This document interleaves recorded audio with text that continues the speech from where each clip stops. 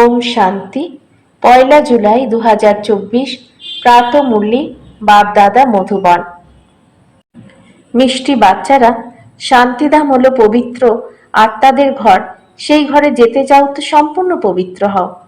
প্রশ্ন: বাবা সব বাচ্চাদেরকে কি গ্যারান্টি দেন? উত্তর: মিষ্টি বাচ্চারা, আমি গ্যারান্টি দিচ্ছি যে তোমরা আমাকে স্মরণ করলে সাজা ভোগ না করেই তোমরা আমার ঘরে যাবে। তোমরা এক পিতার সঙ্গেই হৃদয়ে যোগসূত্র স্থাপন করো। এই পুরনো দুনিয়াকে দেখেও দেখো না, এই দুনিয়া থেকেই পবিত্র হয়ে দেখাও, তাহলে বাবা তোমাদের বিশ্বের রাজত্ব অবশ্যই দেবেন। ওম শান্তি। আমাদের পিতা তার আত্মারূপী বাচ্চাদেরকে জিজ্ঞাসা করছেন, এ তো বাচ্চারা জানে যে বাবা এসেছেন আমাদের অর্থাৎ বাচ্চাদের নিজের ঘরে নিয়ে যাওয়ার জন্য। এখন ঘরে যাওয়ার মন হয় কি? ওটা হলো সব আত্মাদেরই ঘর। এখানে সব জীবাত্মাদের ঘর এক নয়। এটা তো বোঝো যে বাবা এসেছেন, বাবাকে নিমন্ত্রণ করে ডেকে এনেছ আমাদের ঘরে অর্থাৎ শান্তিধামে নিয়ে চলো। এখন বাবা বলছেন নিজের হৃদয়কে প্রশ্ন করো, হে আত্মারা, অপবিত্র হয়ে তোমরা কিভাবে যাবে? পবিত্র তো অবশ্যই হতে হবে। এখন ঘরে যেতে হবে, আর তো কোনো কথা তিনি বলেন না। ভক্তি মার্গে তোমরা এত সময় পর্যন্ত পুরুষার্থ করছো কিসের জন্য? মুক্তির জন্য। তাই বাবা এখন জিজ্ঞাসা করছেন যে ঘরে যাওয়ার জন্য কোনো বিচার বিবেচনা করছো কি?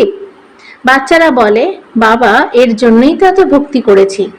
তোমরা একথাও জানো যে যত জীবাত্মা রয়েছে সকলকেই নিয়ে যেতে হবে, কিন্তু পবিত্র হয়ে ঘরে যেতে হবে, আর পুনরায় পবিত্র আত্মারাই সর্বপ্রথমে আসে। অপবিত্র আত্মারা তো ঘরে থাকতে পারে না। এখন যে সকল কোটি কোটি আত্মারা রয়েছে সকলকে ঘরে অবশ্যই যেতে হবে। ওই ঘরকে শান্তিধাম বা বানপ্রস্থ বলা হয়। আমাদের অর্থাৎ আত্মাদের পবিত্র হয়ে পবিত্র শান্তিধামে যেতে হবে। ব্যাস, কত সহজ কথা। ওটা হলো আত্মাদের পবিত্র শান্তিধাম, ওটা হলো জীবাত্মাদের পবিত্র সুখধাম, আর এটা হলো জীবাত্মাদের পতির দুঃখধাম। এতে মুচড়ে পড়ার মতো কোনো কথা নেই। শান্তিধাম অর্থাৎ যেখানে সব পবিত্র আত্মারা বসবাস করে, ওটা হলো আত্মাদের পবিত্র দুনিয়া, ভাইসলেস ইনকর্পোরিয়াল দুনিয়া। এই পুরনো দুনিয়া হলো সব জীবাত্মাদের, সকলেই অপবিত্র। এখন বাবা এসেছেন আত্মাদেরকে পবিত্র বানিয়ে পবিত্র শান্তিধামে নিয়ে যেতে। আর যারা রাজযোগ শেখে তারাই পুনরায় পবিত্র সুখধামে আসবে। এ তো অতি সহজ, এর মধ্যে আর কোনো বিচার বিবেচনা করতে হবে না, বুদ্ধির দ্বারা বুঝতে হবে। আমাদের অর্থাৎ আত্মাদের পিতা এসেছেন আমাদের পবিত্র শান্তিধামে নিয়ে যেতে। ওখানে যাওয়ার পথ যা আমরা ভুলে গিয়েছিলাম তা এখন বাবা বলে দিয়েছেন। প্রতি কল্পে এভাবেই এসে বলি, হে বৎসগণ, শিব বাবাকে অর্থাৎ আমাকে স্মরণ করো। সকলের সদ্গতি দাতাই হলেন এক সদ্গুরু। তিনি এসে বাচ্চাদেরকে পয়গাম বা শ্রীমত দেন যে বাচ্চারা, এখন তোমাদের কি করতে হবে। আধা কল্প তোমরা অনেক ভক্তি করেছ, দুঃখ পেয়েছ, খরচ করতে করতে কাঙাল হয়ে গেছ, আত্মাও শতপ্রধান থেকে তমপ্রধান হয়ে গেছে। ব্যাস, এই সামান্য কথাটাই বোঝার। এখন ঘরে যেতে হবে নাকি হবে না?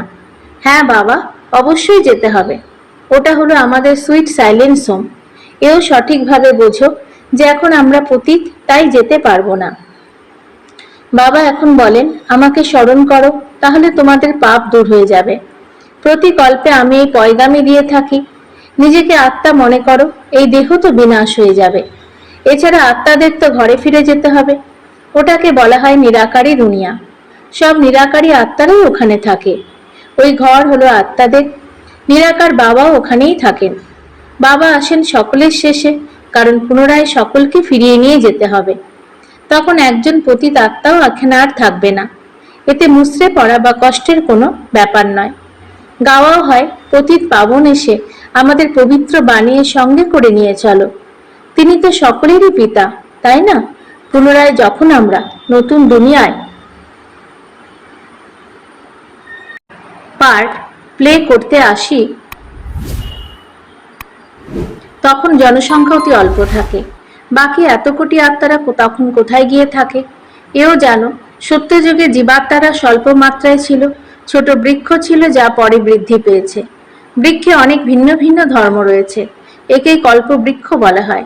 কিছুই যদি না বোঝো তবে জিজ্ঞাসা করতে পারো। কেউ বলে, বাবা কল্পের আয়ু 5,000 বছর, তা আমরা কি করে মানব? আরে বাবা তো সত্যই শোনায়, চক্রের হিসেবও বলেছেন। এই গল্পের সঙ্গমে বাবা এসে দৈবী রাজধানী স্থাপন করেন, যা এখন নেই। সত্যযুগে পুনরায় এক রাজধানী হবে। এই সময় তিনি তোমাদের রচয়িতা আর রচনার জ্ঞান শোনান। বাবা বলেন, আমি প্রতি কল্পের সঙ্গম যুগে আসি, নতুন দুনিয়া স্থাপন করি। পুরনো দুনিয়ার বিনাশ সমাপ্ত হয়ে যাবে। ড্রামার প্ল্যান অনুযায়ী নতুন থেকে পুরনো, পুরনো থেকেই নতুন তৈরি হয়।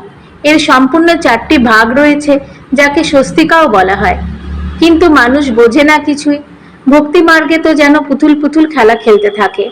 সেখানে অনেক চিত্র রয়েছে। দীপমালায় বিশেষ দোকান খোলে, তাতে প্রচুর চিত্র থাকে। তোমরা এখন বুঝে গেছো, এক হলেন শিব বাবা আর আমরা হলাম তার সন্তান। এরপর এখানে এসো। প্রথমে লক্ষ্মীনারায়ণের রাজত্ব, তারপরে রাম সীতার রাজ্য, পরে আবার অন্যান্য ধর্ম আসে। বাচ্চারা, যার সঙ্গে তোমাদের কোনোই সম্পর্ক নেই, ওইসব নিজের নিজের সময়ে আসে।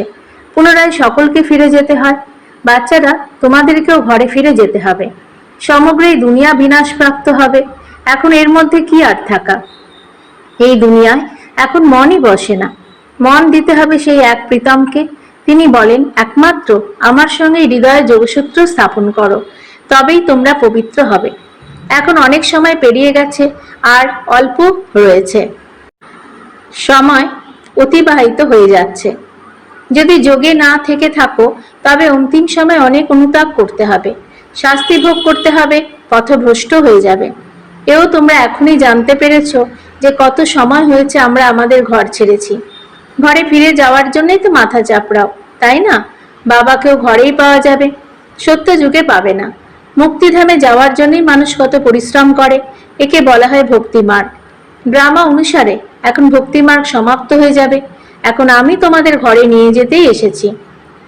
অবশ্যই নিয়ে যাব। যে যত পবিত্র হবে তত উচ্চ পদ প্রাপ্ত করবে। এতে মুচড়ে পড়ার মতো কোনো কথা নেই। বাবা বলেন, বাচ্চারা, তোমরা আমাকে স্মরণ করো, আমি গ্যারান্টি করছি তোমরা কোনো শাস্তি ভোগ না করেই ঘরে ফিরে যাবে। স্মরণের দ্বারাই তোমাদের বিকর্ম বিনাশ হবে। যদি স্মরণ না করো তবে সাজা ভোগ করতে হবে, পথভ্রষ্ট হয়ে যাবে। প্রতি 5,000 বছর পরে আমি এখানে এসে বোঝাই। আমি অনেকবার এসেছি তোমাদের ফিরিয়ে নিয়ে যেতে। বাচ্চারা, তোমরাই জয় পরাজয়ের পার্ট প্লে করো। পুনরায় আমি আসি নিয়ে যেতে। এ হলো পতিত দুনিয়া, তাই গায়নও করে, পতিত পাবন এসো, আমরা বিকারী অপবিত্র, এসে নির্বিকারী পবিত্র করো। এ হলো বিকারী দুনিয়া। বাচ্চারা, এখন তোমাদের সম্পূর্ণ নির্বিকারী হতে হবে। যারা পরে আসে তারা সাজা ভোগ করে যায়, তাই আবারও আসেও এমন দুনিয়া যেখানে 2 কলা কম হয়ে যায়। তাকে সম্পূর্ণ পবিত্র বলা যাবে না। তাই এখন পুরুষার্থ সম্পূর্ণ করা উচিত। এমন যেন না হয় যে পথ কমে যায়। যদিও রাবণ রাজ্য নয়, কিন্তু পথ তো নম্বরের ক্রমানুসারে প্রাপ্ত হয়, তাই না? আত্মায় খাত পড়লে তখন আবার তার শরীরও এমনই পাওয়া যাবে। আত্মা গোল্ডেন এজেড থেকে সিলভার এজেড হয়ে পড়ে। রৌপ্যের খাত আত্মায় পড়ে পুনরায় দিনে দিনে অনেক বেশি খাত পড়ে তা অতি নিম্নমানের পাত্রে পরিণত হয়। বাবা অনেক ভালোভাবে বোঝান। কেউ যদি বুঝতে না পারো তবে হাত তোলো। যারা 84 জন্মের চক্রকে আবর্তন করেছে তাদেরই বোঝাবেন। বাবা বলেন, এনার 84 জন্মের শেষ লগ্নে এসে আমি প্রবেশ করি। এনাকে পুনরায় প্রথম নম্বরে যেতে হবে, যিনি অনেক জন্মের শেষে পতিত হয়ে গেছেন। আমি পতিত পাবন, ওনার শরীরেই আসি, ওনাকে পবিত্র করি। কত পরিষ্কার করে বোঝায়। বাবা বলেন, আমাকে স্মরণ করো, তবেই তোমাদের পাপ ভস্মীভূত হবে। গীতার জ্ঞান তো তোমরা অনেক শুনেছ আর শুনিয়েওছ, কিন্তু তাতেও তোমরা সদ্গতি পাওনি। অনেক সন্ন্যাসী তোমাদের মিষ্টি মধুর বচনে শাস্ত্র শুনিয়েছে, যে বচন শুনে বড় বড় ব্যক্তিরা একত্রিত হয়। এ তো হলো কানরস, তাই না? ভক্তি মার্গ হলো কান রসের, আর আত্মাকে তো এখানে বাবাকে স্মরণ করতে হয়। ভক্তি মার্গ এখন সম্পূর্ণ হয়ে গেছে। বাবা বলেন, বাচ্চারা, আমি তোমাদেরকে জ্ঞান প্রদান করতে এসেছি, যা কেউ জানে না। আমি জ্ঞানের সাগর। জ্ঞান বলা হয় নলেজকে। তোমরা সবকিছুই পড়াও, 84 চক্রকেও বোঝাও। তোমাদের কাছে সব জ্ঞানই রয়েছে, সাকার লোক থেকে সূক্ষ্ম লোক, করে তারপর নিরাকারী লোকে যাও। সর্বপ্রথমে লক্ষ্মী নারায়ণের রাজত্ব। ওখানে বাচ্চার জন্ম বিকারের দ্বারা হয় না, কারণ ওখানে রাবণ রাজ্যই নেই। যোগ বলের দ্বারাই সবকিছু হয়। তোমাদের সাক্ষাৎকার হয়। ছোট বাচ্চা হয়ে এখন গর্ভমহলে যেতে হবে, খুশি খুশি যায়। এখানে তো মানুষ কত কান্না চিৎকার চেঁচামেচি করে, এখানে তো গর্ভ জেলে যায়। ওখানে স্বর্গে কান্নাকাটির কোনো ব্যাপার নেই।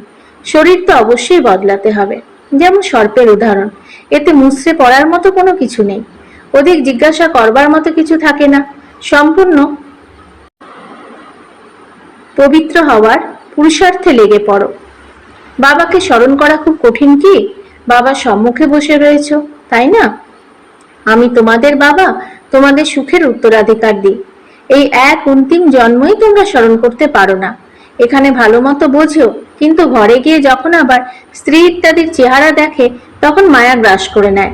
বাবা বলেন, কারোর প্রতি আসক্তি রেখো না, এইসব কিছু সমাপ্ত হয়ে যাবে। স্মরণ তো এক বাবাকেই করতে হবে। চলতে ফিরতে বাবাকে আর নিজেদের রাজধানীকে স্মরণ করো। দৈবিক গুণও ধারণ করো। সত্যযুগে এইসব খারাপ জিনিস, মাংস ইত্যাদি থাকে না। বাবা বলেন, বিকারকে পরিত্যাগ করো, আমি তোমাদের বিশ্বের রাজত্ব দিই। কত আমদানি হয়, তবে কেন পবিত্র থাকবে না? শুধু এক জন্ম পবিত্র থেকেই কত বড় আমদানি হয়ে যায়। যদিও একত্রে থাকো, তথাপি মাঝখানে যেন জ্ঞানের তলোয়ার থাকে। পবিত্র থেকে দেখালে তবেই সর্বাপেক্ষা উচ্চ পদ পাবে, কারণ তোমরাও তখন বাল ব্রহ্মচারীর মতো হয়ে যাবে, তাই না? আবার নলেজও চাই, অন্যদের নিজের সম তৈরি করতে হবে। সন্ন্যাসীদের দেখাতে হবে যে কিভাবে আমরা একত্রে বসবাস করেও পবিত্র থাকি। তবেই বুঝবে এদের মধ্যে অনেক বড় শক্তি রয়েছে। বাবা বলেন, এই এক জন্মই পবিত্র থাকলে তোমরা 21 জন্মের জন্য বিশ্বের মালিক হয়ে যাবে। কত বড় পুরস্কার প্রাপ্ত করো, তাই কেন পবিত্র থেকে দেখাবে না? এখন সময় অতি অল্প, আওয়াজও উঠবে, আবার সংবাদপত্র পড়বে। রিহার্সাল তো দেখেছো, তাই না? এক আণবিক বোমায় কি অবস্থা হয়ে গেছে, এখনো হাসপাতালে পড়ে রয়েছে। এখন তো এমন বোমা ইত্যাদি তৈরি করে যাতে কোনো কষ্ট নেই, তৎক্ষণাৎ শেষ। আর এই রিহার্সাল হয়ে আবার ফাইনাল হবে, দেখা হবে তৎক্ষণাৎ মৃত্যু হয় কিনা। তখন আবারও যুক্তি রচনা করবে। হসপিটাল ইত্যাদিও থাকবে না, কে বসে সেবা করবে? কোনো ব্রাহ্মণ আদি খাওয়ানোর জন্য থাকবে না। বোমা নিক্ষিপ্ত হবে আর সব শেষ। ভূমিকম্পে সব চাপা পড়ে যাবে, দেরি লাগবে না। এখানে মানুষজন অনেক, সত্যযুগে অনেক কম হয়, তাহলে এত সব মানুষ কিভাবে বিনাশপ্রাপ্ত হবে? ভবিষ্যতে দেখতে পাবে ওখানে শুরুতে জনসংখ্যা 9 লক্ষ হবে। ফকিরও তোমরা, আবার সাহেবও তোমাদের প্রিয়। এখন সবকিছু ছেড়ে নিজেকে আত্মা নিশ্চয় করেছ, এমন ফকিররাই বাবার অতি প্রিয় হয়। সত্যযুগের বৃক্ষ অনেক ছোট হবে, কথা তো বাবা অনেক বোঝান। সকল অ্যাক্টররাই হলো অবিনাশী আত্মা, যারা তাদের নিজের পার্ট প্লে করতে আসে। প্রতি কল্পে তোমরাই এসে স্টুডেন্ট হয়ে পড়াশোনা করো। জানো যে বাবা আমাদের পবিত্র বানিয়ে সঙ্গে করে নিয়ে যাবেন। ড্রামা অনুসারে অবশ্যই বাবা সকলকে ঘরে ফিরিয়ে নিয়ে যেতে বাধ্য। সেই কারণেই নাম হলো পাণ্ডব সেনা। তোমরা পাণ্ডবরা কি করছো? তোমরা বাবার কাছ থেকে রাজ্য ভাগ্য নিচ্ছ, অবিকল পূর্বকল্পের মতো, পুরুষার্থের নম্বরের ক্রমানুসারে। আচ্ছা, মিষ্টি মিষ্টি হারানিধি বাচ্চাদের প্রতি মাতা পিতা বাপদাদা স্মরণে স্নেহ সুমন আর সুপ্রভাত। আত্মাদের পিতা তার আত্মারূপী বাচ্চাদেরকে জানাচ্ছেন নমস্কার। আমাদেরও বাপদাদাকে ধন্যবাদ, নমস্কার। ধারণার জন্য মুখ্য সার: 1. বাবার প্রিয় হতে হলে সম্পূর্ণ ফকির হতে হবে। দেহকে ভুলে নিজেকে আত্মা মনে করার অর্থই হলো ফকির হয়ে যাওয়া। বাবার কাছ থেকে অনেক বড় প্রাইজ নেওয়ার জন্য সম্পূর্ণ পবিত্র হয়ে দেখাতে হবে। 2. ঘরে ফিরে যেতে হবে, তাই পুরনো দুনিয়ার দিকে মন দিও না। এক প্রেমিকের সঙ্গে হৃদয়ে যোগসূত্র স্থাপন করো, বাবা এবং রাজধানীকে স্মরণ করো। বরদান: ব্রাহ্মণ জীবনে সদা চেয়ারফুল আর কেয়ারফুল মুডে থাকা কম্বাইন্ড রূপধারী ভব। যদি কোনো পরিস্থিতিতে প্রসন্নতার মুড পরিবর্তন হয়, তাহলে সেটাকে সদা প্রসন্নতা বলা যাবে না। ব্রাহ্মণ জীবনে সদা চেয়ারফুল আর কেয়ারফুল মুড থাকবে, মুড পরিবর্তন করবে না। যদি মুড পরিবর্তন হয়, তখন বলে আমি একটু একান্তে থাকতে চাই, আজ আমার মুড এই রকম। মুড তখন পরিবর্তন হয় যখন একলা থাকো। সদা কম্বাইন্ড রূপে থাকো, তাহলে মুড পরিবর্তন হবে না। স্লোগান: কোনো উৎসব পালন করা অর্থাৎ স্মরণ আর সেবার উৎসাহতে থাকা। ওম শান্তি।